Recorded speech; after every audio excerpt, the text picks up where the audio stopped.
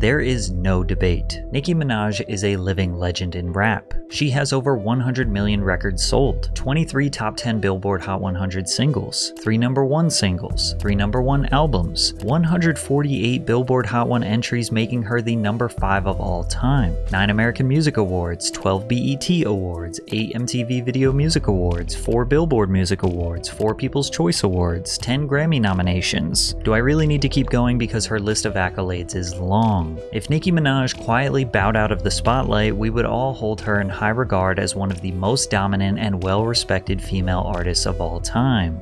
But she ruined that. Her continuous self-sabotage, close associations with sexual predators, and patterns of embarrassing behavior has led to even her most diehard fans questioning the rapper's legacy. Once we dive into her history, you will start to wonder if she is trying to destroy her reputation on purpose, because her words and actions will leave any sane person dumbfounded. But the true beginning of Nicki's decay started in 2017, when one rapper exposed her so badly that the tide began shifting against Minaj. For 7 years in a row, 2010 to 2016, Nicki won the BET Award for Best Female Hip Hop Artist. It's almost like she was the only female rapper. Obviously she wasn't, but to hip hop fans it kinda felt like that. Now sure, over the years she had some beef with other female artists, like Lil' Kim, Mariah Carey, Iggy Azalea, and even Miley Cyrus. And now,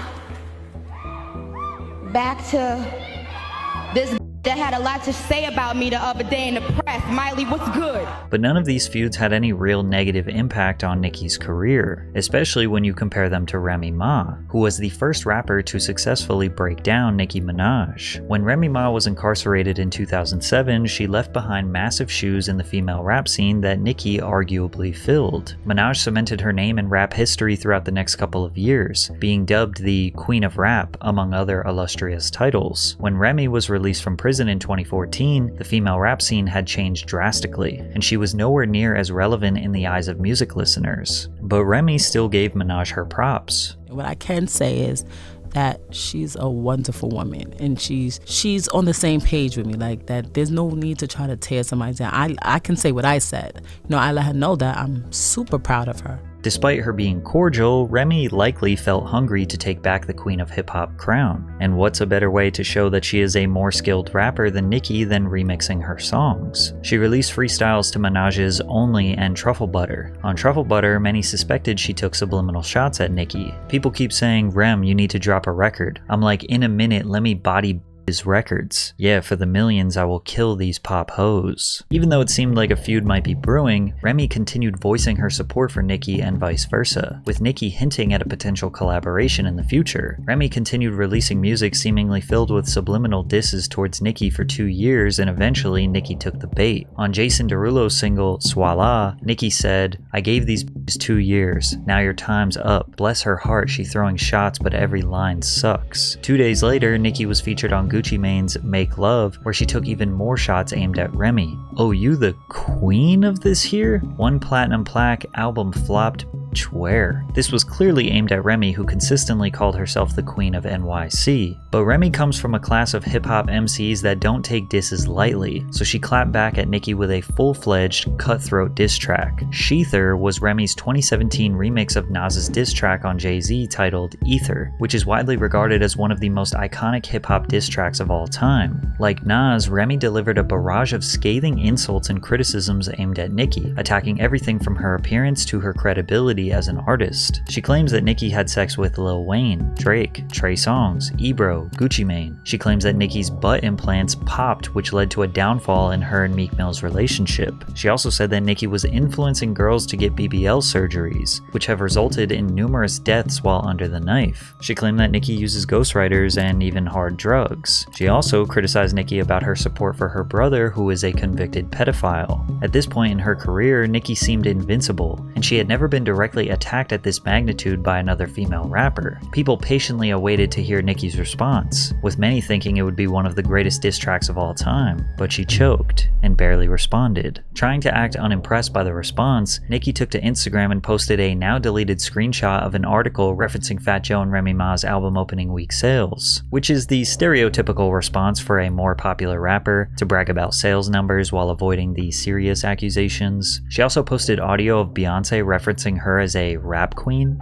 I met this girl named Nicki, I guess you could say she was the rap queen. Remy then appeared on the Wendy Williams show where she discussed why she dissed Nicki in the first place. She dressed in all black, implying that her outfit was funeral attire for Nicki. It took Minaj 2 weeks to respond with a record called No Frauds, where she accused Remy of getting plastic surgery, using ghostwriters, and a plethora of the exact same things that Remy accused Nicki of doing. Her response was basically, "I know you are, but what am I?" Despite Nicki's cult-like fanbase supporting her, the industry essentially declared Remy the winner, as she dethroned Nicki's 7-year run as the best female hip-hop artist at the 2017 BET Awards. Y'all got fat while we starved.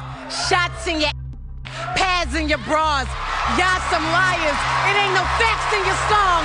And yeah, that crown is coming back to the Bronx. Nicki Minaj hasn't won this award ever since. Those who saw Minaj as the epitome of female rap just witnessed her get embarrassed and disrespected. She failed to address the onslaught of Remy's attacks and just continued to flex her wealth and sales numbers. Many thought because Nicki avoided the allegations, they must be true. But it's possible that this beef was just strictly entertainment and Nicki tucked her tail and took the L because she knew she was the weaker MC. Plus, any attention Nicki gave Remy only made her more relevant. But things got even worse for Nicki. There was a new poppin' female rapper from New York called Cardi B, and she had no intentions on bowing down to Minaj. But first, a quick word from today's sponsor, Underdog Fantasy. Underdog is the easiest way to play fantasy sports. Not just basketball, you can make picks on baseball, football, hockey, UFC, and more. Just pick whether you think your favorite player's stats will be higher or lower, and you can make big money. You can make your own entry with as few as 2 picks and 3x your money, or go bigger to win up to 100x. Right now, Underdog is giving new customers a special pick for De'Aaron Fox. All he needs to do is have 1 point to win. Here are my picks for this week's NBA games, and if it hits, I'll 6x my money. I've got a special promo. Underdog is offering new users a $100 deposit match. That's right, $100. Underdog's pick'em games are available in 30 plus states, including California, Texas, and even Canada. All you have to do is click the link below or download Underdog via the App Store and use code PatrickCC. That's Underdog Fantasy, promo code PatrickCC for a first deposit match worth up to $100. It makes watching the NBA even more interesting for me.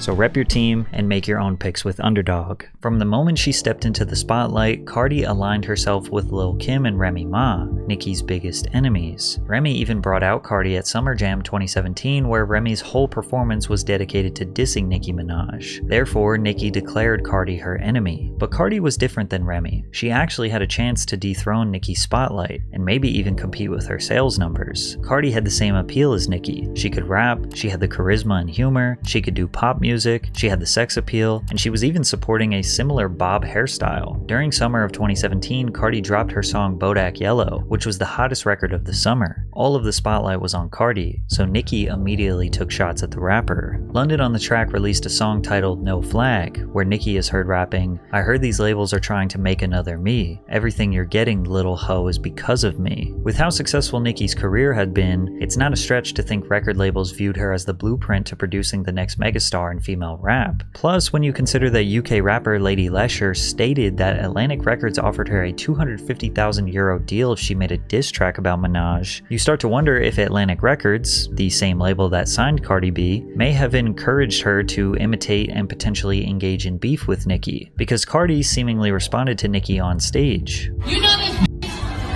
she never f***ing liked me, and all of a sudden she wanna be friends with me, no bitch. At the time, it wouldn't really make sense for Cardi B to be enemies with Nicki Minaj, but from a business and marketing perspective, I could see a label encouraging this beef to keep fans engaged and boost sales numbers. In fact, Cardi's Barty Gang and Nicki's Barb's fan bases actively fought each other on social media. The Barbs even teamed up with the Swifties to excessively stream Taylor's Look What You Made Me Do in an attempt to keep Taylor at #1 on the Billboard Hot 100, but they ultimately failed as Bodak Yellow landed at the #1 spot, breaking a record that Nicki could never do by herself. Cardi B became the first female rapper with a #1 solo single since Lauryn Hill's Doo-Wop in 1998. Bodak Yellow stayed at #1 on the Hot 100 for 3 consecutive weeks. At this point, Nicki had never achieved a #1 song. Plus, she was 35 and her prime was seemingly behind her. Cardi's commercial impact could not be denied, and perhaps Nicki wanted to establish a truce. She congratulated Cardi on the massive achievement on Twitter, but that truce only lasted lasted a few weeks, because Nicki's jealousy would eat away at her. In October of 2017, the Migos released a single titled Motorsport, in which they requested a feature from Nicki. In Nicki's verse, she said, "If Cardi is the QB, then I'm Nick Lombardi." To explain the reference, an NFL quarterback, like Patrick Mahomes, is typically the star of the team, but Vince Lombardi is one of the greatest NFL coaches of all time. He was an executive of the NFL, and the trophy that is given to the Super Bowl winner is called the Lombardi Trophy. Nicki's essentially saying here, if Cardi's the star of a team, then I'm a legend.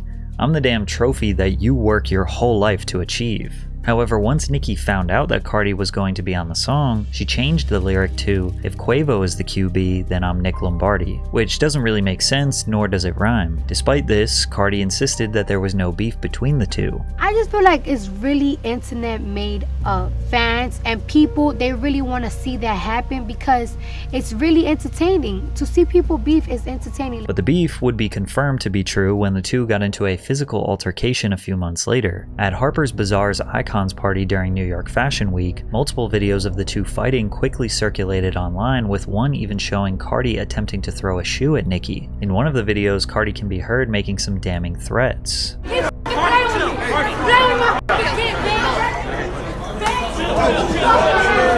Cardi was later seen exiting the venue with a massive bump on her forehead. Nicki said she was embarrassed about the whole situation. The other night, I was a part of something so mortifying and so humiliating. Then Cardi responded with, How you say that I was the wild animal, that I attacked you, that you was mortified, that you was humiliated, playing the victim, but now you're the gangster? You need to pick a side. Do you want to be the victim or do you want to be the gangster? You lie so much you can't even keep up with lies. Cardi posted her reasoning behind the attack the following day. She accused Nicki of trying to blackball her, intimidate her, and worst of all, speaking ill of her child. Everyone took Cardi's side, since they understood that defending their children is important. However, Nicki vehemently denied that she ever spoke bad about Cardi's daughter. She also called out Cardi's hypocrisy by revealing old Instagram screenshots where Cardi repeatedly attacked a mother whose son died. She also referred to the deceased child as a monkey. Cardi also accused Nicki of trying to interrupt or ruin her financial opportunities, money that would help her feed her family. So Nicki again called out Cardi's hypocrisy. Now we gonna get into some things because I'm tired of people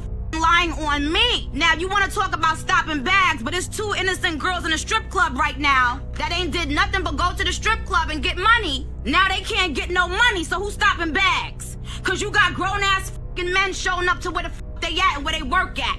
They can't feed their kids, they can't feed their fucking family. You mad at a woman for what a man is doing. And that's the problem with so many black women and women period. Oh, cause she not black, cause she refers to you black women. Oh, we got the receipts for that too. FYI, she refers to black women as monkeys and roaches.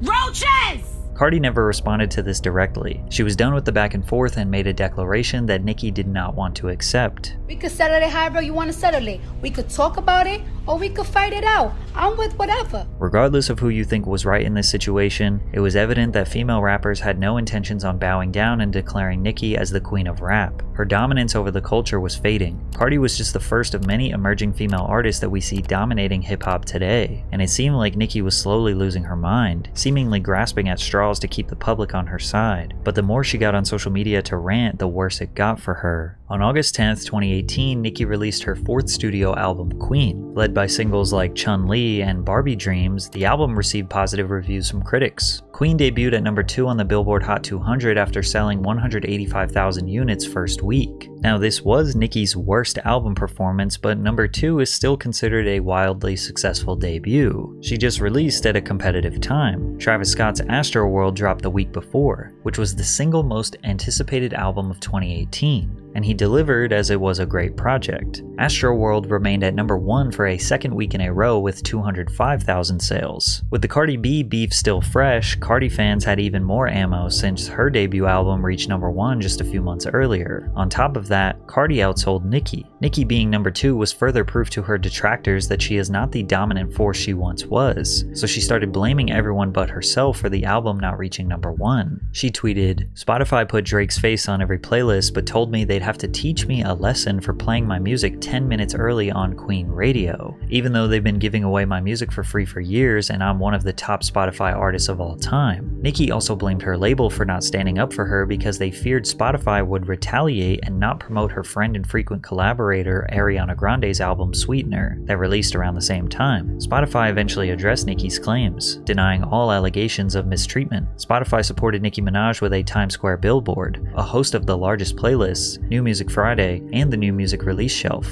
A representative for Spotify told Business Insider, her song Bed actually saw an increase based on the promotions put behind the campaign. The company continues to be big fans of Nicki. After Spotify proved her wrong, Nicki could no longer blame them, so she shifted her anger towards Travis himself. I put my blood, sweat, and tears in writing a dope album only for Travis Scott to have Kylie Jenner post a tour pass telling people to come see her and Stormi. I'm actually laughing. For context, Kylie Jenner promoted Travis Scott's online store to Instagram with the caption, "Me and Storm ready for tour," to which Nicki claims that Travis sold 50,000 album units because of Kylie's promotion. All purchases of his t-shirts, hoodies, hats, and keychains automatically came with a digital download of Astroworld, which counted as one album sale even though the buyer is not required to actually download or listen to the album. This has been a common strategy for artists to exploit the Billboard charts for over a decade. But what we not gonna do is have this auto-tune man coming up here selling fucking sweaters and telling y'all he sold 500,000 fucking albums, because he didn't. And it's a lot of rappers behind the scene that want to talk about it and they're scared. You're a fucking man. You got your fucking homeboy talking for you and you got your girlfriend posting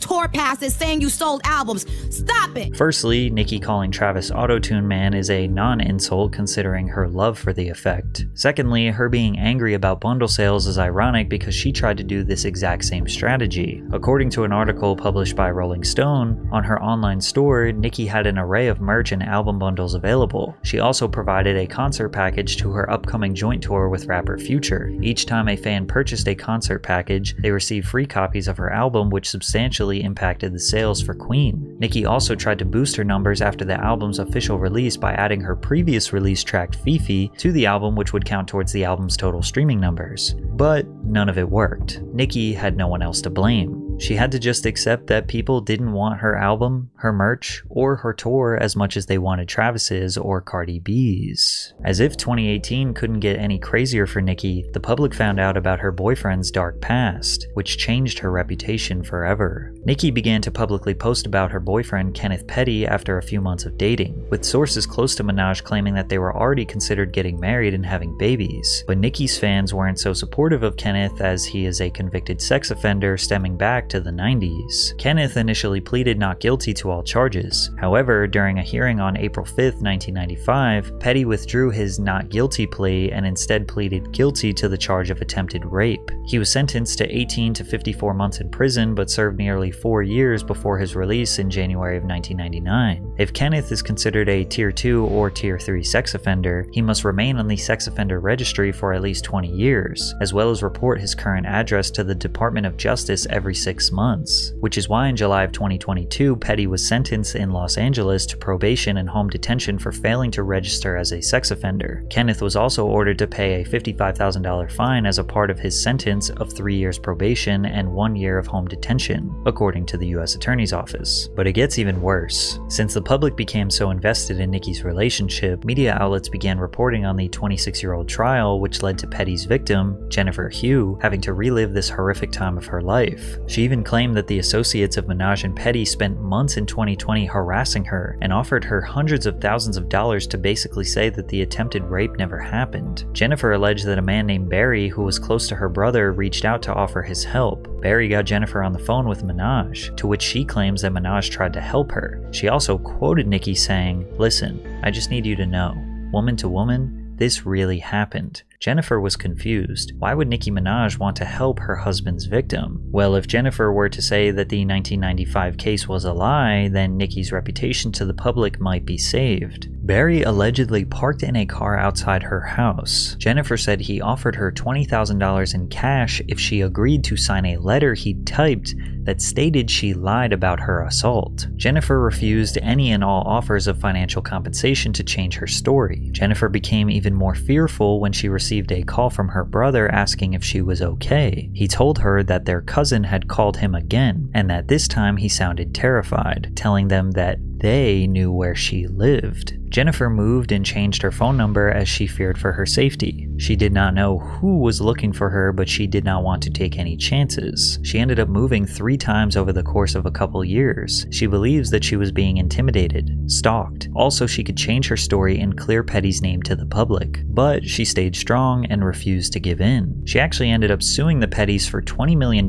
for her claims she endured a relentless campaign of bribery, intimidation, harassment, and stalking. But then Petty accused Hugh of going out of her way to publicly shame him. Jennifer even went as far as releasing never-before-seen photos from 1994 with bruises on her neck and body after the assault. Jennifer said, "When I was 16, nobody believed me, and now it feels the same. It feels like I'm fighting for my character." Petty and Minaj's legal teams denied all accusations and are more than ready to defend themselves in court. Since Minaj hasn't directly responded to these allegations, it's impossible to say she is guilty of bribery and intimidation. Not responding is probably the smartest thing Nicki has ever done. But even if the truth comes out that she never intimidated this woman, fans still wonder why out of all people Nicki chose to be with, she landed on Kenneth Petty. After all, this wasn't his only crime. Petty was also responsible for the shooting death of Lamont Robinson in 2002. The original charge was murder in the 2nd degree, but following a plea bargain, he pled guilty to manslaughter, to which he was sentenced to 10 years in federal prison for. TV host Jesse Palmer aired a segment on Daily Mail TV regarding Nicki's relationship where he said that Nicki's fans were, quote, worried because this isn't the first time Nicki Minaj has defended a sex offender. He then clarified that Nicki had allegedly been supporting her brother while he was behind bars. Nicki proceeded to have an outburst on Instagram, saying, "You just lied on me on national television and now you're being sued. You better be able to back up what you just said about me with facts." She followed up with another tweet saying that the reporter was going to jail for repeating extremely public information. Nicki would have 100% lost this lawsuit since it was public knowledge that Nicki was supporting her brother during his trial. Because if you don't know, Nicki's husband isn't the only one guilty of sex crimes. Her brother Jelani Mirage was sentenced to 25 years to life in prison for predatory sexual assault against a child. Authorities arrested Jelani in connection with the case in December of 2015 after he was accused of repeatedly R-wording his stepdaughter, beginning when she was just 11 years old. According to Gossip, Jelani was an employee for Nicki at the time. While in custody, he suffered from an unknown medical condition that required him to be arranged at Nassau University Medical Center. According to the New York Post, Nicki Minaj promptly paid her brother's $100,000 bail, using 2 of her houses in Baldwin, Long Island as collateral. According to a source close to Nicki, she was prepared to do anything for her brother. Nicki was willing to give up any asset to ensure she had enough money to protect her brother. A grand jury in New York's Nassau County indicted Jelani Mirage on felony sexual assault against a child in April of 2016. He was also indicted on 2 felony counts of sexual conduct against a child and endangering the welfare of a child. He pled not guilty to the charges, asserting his innocence and denying the charges brought against him. Since he pled not guilty, Jelani sought to have the prosecution prove the case against him beyond a reasonable doubt during the trial in October of 2017. Although Nicki never commented publicly on the charges against Jelani, his attorney, David Schwartz, told media outlets that Nicki may attend part of her brother's trial and supports him 100%. In November of 2017, Nassau County Court found Jelani Mirage guilty of predatory sexual assault. And you might as well just add rapper Tekashi 6ix9ine to the Nicki Minaj sex crime triangle, as her first #1 song came from their collaboration, Trolls. In October of 2015, Daniel Hernandez pled guilty to a felony count of use of a child in a sexual performance. He was charged with 3 counts of the offense after a February 2015 incident in which he had physical contact with a 13-year-old girl and later distributed videos of the incident online as a part of a music video. In the video, the child engages in oral sexual intercourse with the separately charged defendant, Taquan Anderson, while the defendant, Daniel Hernandez, stands behind the child making a thrusting motion with his pelvis and smacking her on the buttocks. The child is nude in the video. In an interview with DJ Academics, 6ix9ine denied knowing the girl was was a minor. But Tekashi's legal situation was very much public knowledge before Nicki and 6ix9ine's first collaboration. Most artists in the industry avoided working with Tekashi due to this charge, but Nicki didn't seem to mind. Some people,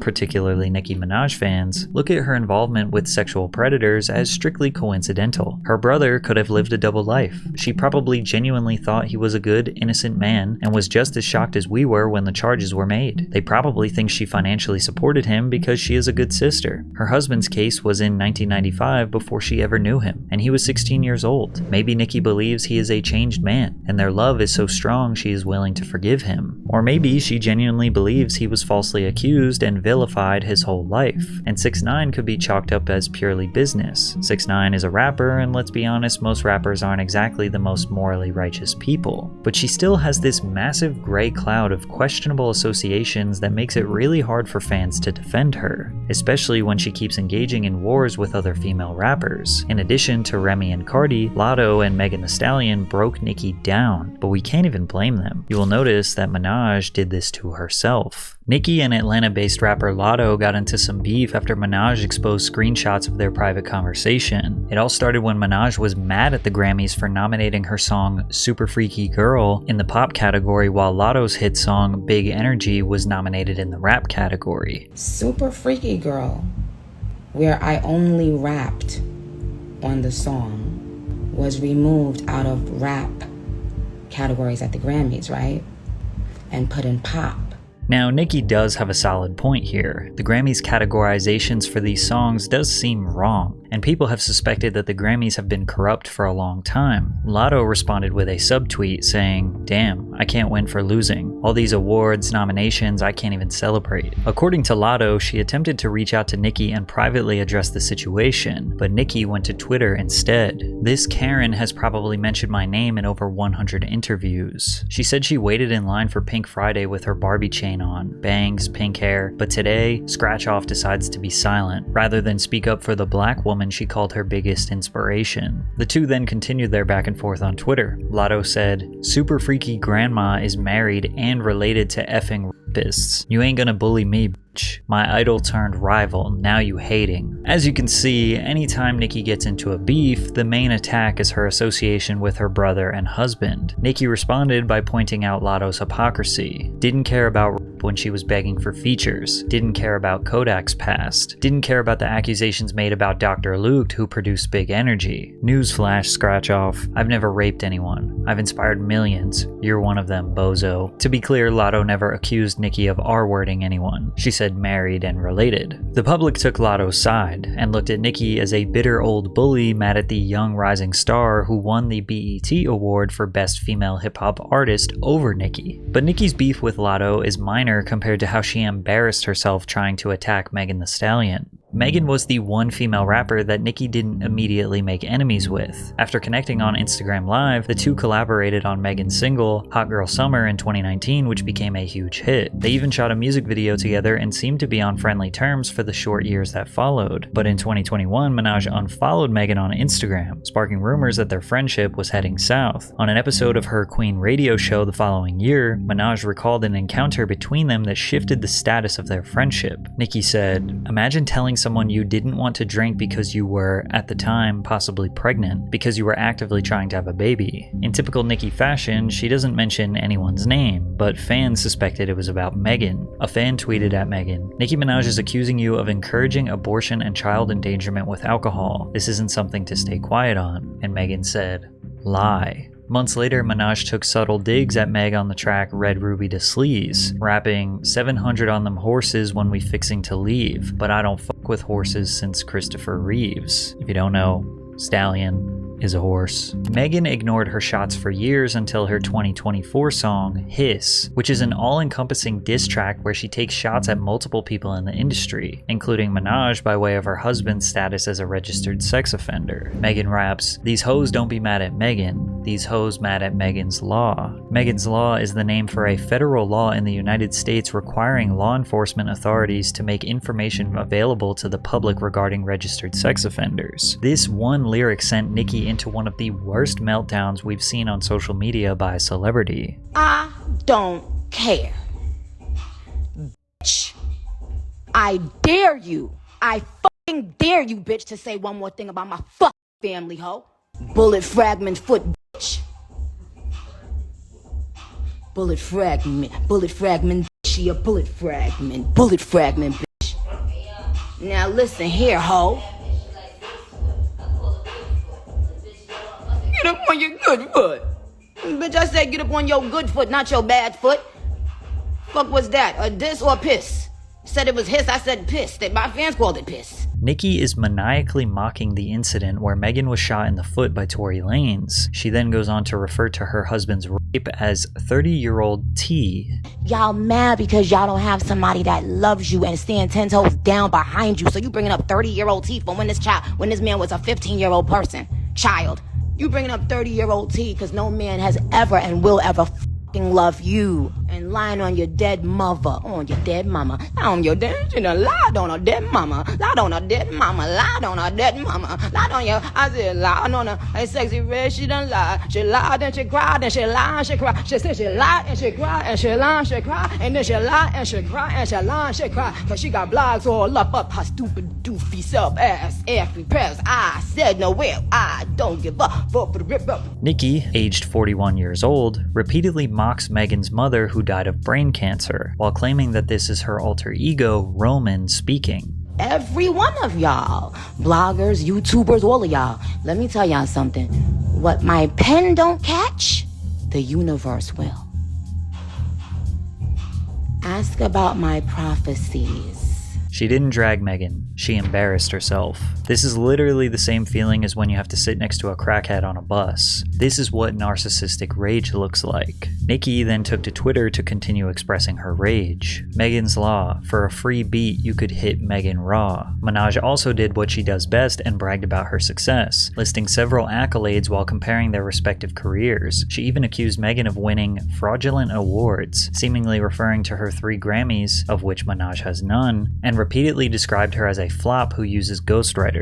In the midst of the outburst, TMZ reported that several barbs leaked the location of the burial site of Megan's mother on social media. As a result, the cemetery notified local authorities and increased the number of security personnel at their facility. She spent days berating Megan on social media, during which she repeatedly mentioned her mother. Nicki also liked hundreds of tweets from fans talking negatively about Megan, many of which mocked her for the shooting. Nicki ultimately released a diss track titled Bigfoot, where she taunts Megan over her deceased mother, her appearance, and her sexual history, including her relationship with ex-boyfriend Partisan Fontaine. And the last 2 minutes of this song is a creepy monologue that sounds like a mental breakdown. Ho, the things that you've lied about,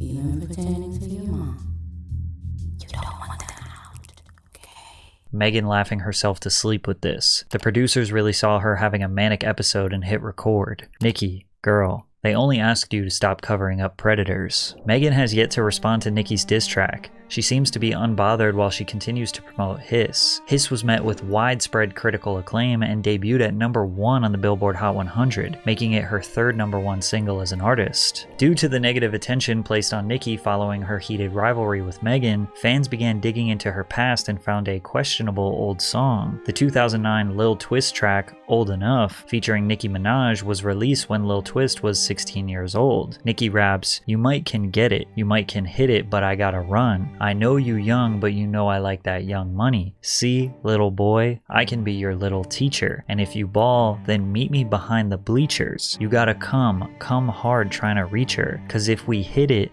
I might charge you for the feature." While someone can argue that it's just music, a creative outlet to innocently roleplay various situations, it's just another bullet point on the long list of Nicki's associations with sex crimes. And again, there is no debating that Nicki Minaj fundamentally changed the landscape for female rappers forever. She is a hip-hop legend, but all of this has put a damaging stain on her reputation, and I'm not really sure how she can get back in the good graces of fans.